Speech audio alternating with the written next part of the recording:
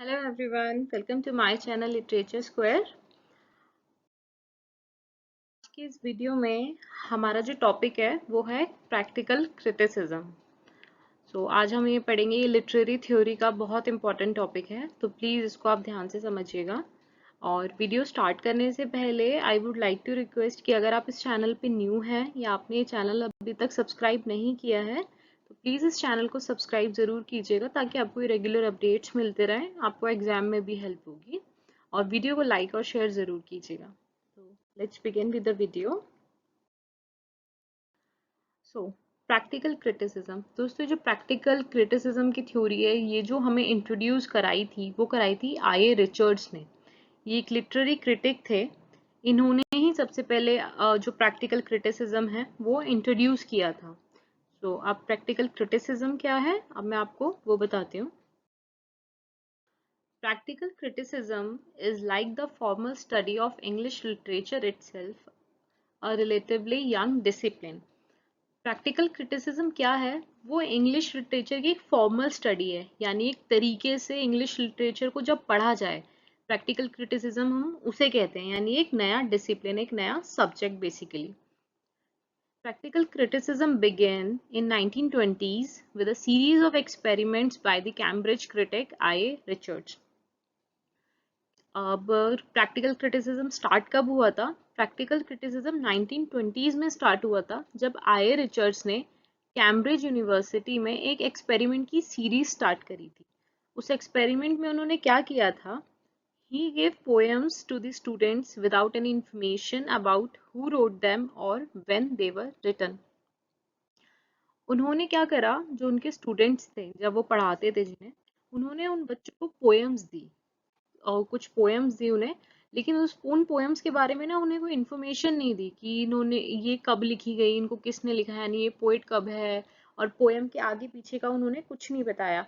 है ना, generally teachers क्या करते हैं, ये होता है ना कि बता देते हैं कि ये पोएम है, ये इसकी समरी है, पोएम का ये मतलब है, अब आपको इस पे अपने व्यूज लिखने हैं।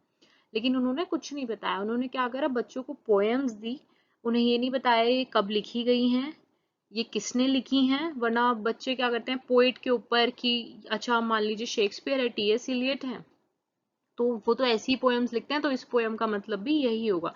तो इसलिए उन्होंने ना उन्हें पोएट बताया, ना कुछ और बताया, ना पोएम की समरी बताई, कुछ भी डिटेल्स नहीं बताई पोएम की।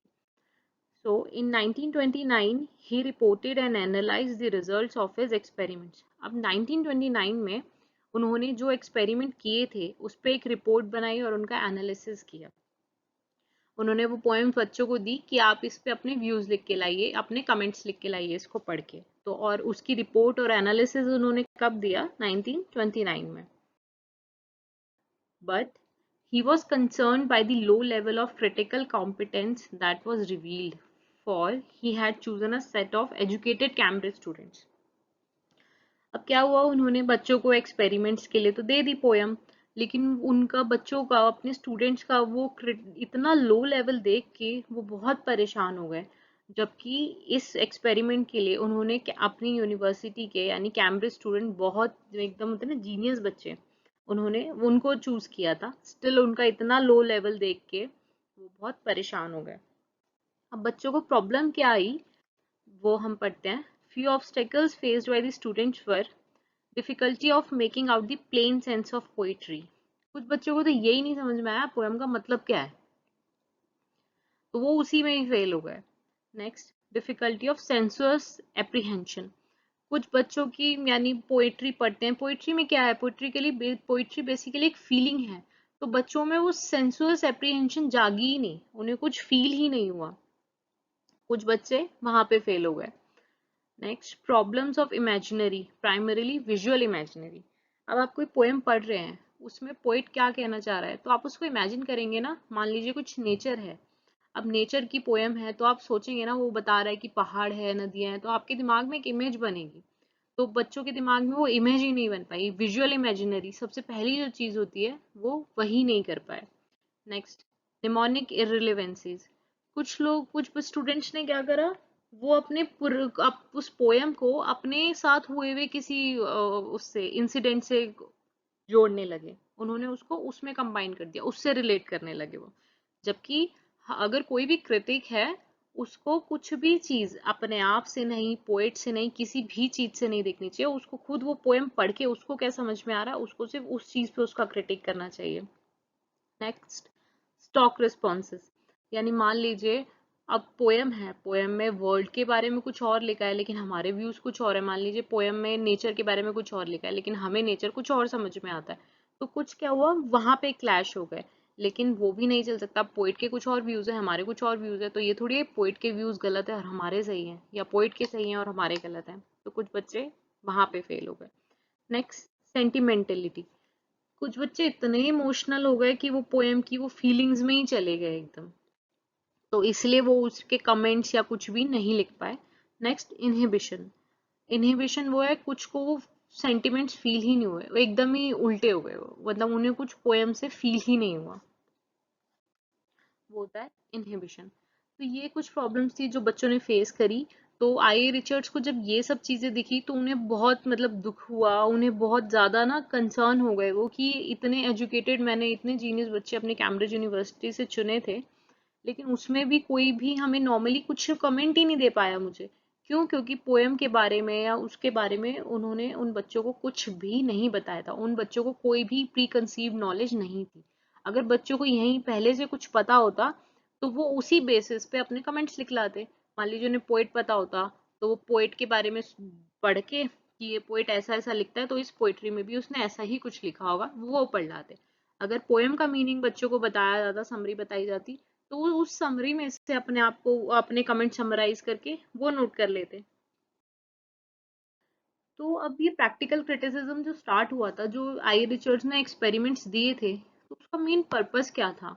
The objective of his work was to encourage students to concentrate on the words of the page rather than relying on preconceived or received beliefs about a text। मैंने आपको क्या बताया कि अगर बच्चों को पहले से इंफॉर्मेशन होती तो वो उसी चीज को सोचते। तो आई रिचर्ड्स का जो ऑब्जेक्टिव था ये वर्क देने का, ये एक्सपेरिमेंट करने का, वो ये था कि बच्चों को वो एनकरेज करें कि आप पेज पे जो लिखा है उस पे ध्यान दो, बजाय इसके कि आपको पहले से क्या पता है उस टेक्स्ट के बारे में या उस पोइट के बारे में, उस चीज पे नहीं ध्यान दो। लेकिन जो वर्ड्स लिखे हैं पेज पे आप उनको पढ़ो, ढंग से उनका मतलब निकालो। He felt that the readers can and should be trained to have the proper response। I Richards को ये फील हुआ कि रीडर्स को ट्रेन होना चाहिए, यानी उन्हें प्रॉपर रिस्पॉन्स देने के लिए उनका दिमाग उस चीज में सेट होना चाहिए, यानी उन्हें उस चीज की पढ़ाई प्रॉपर करनी चाहिए। ऐसा नहीं कि आपने गो थ्रू करा किसी भी टेक्स्ट को और आपने उसका मतलब निकाल लिया क्योंकि आपको पहले से उस चीज के बारे में पता है। नहीं, आप उस वर्ड, जो पेज है, जो भी आपको काम दिया गया, आप उसके वर्ड्स पे ध्यान दीजिए कि वो कहना क्या चाह रहा है। Students should not rest upon the rules of grammar, syntax और lexicography।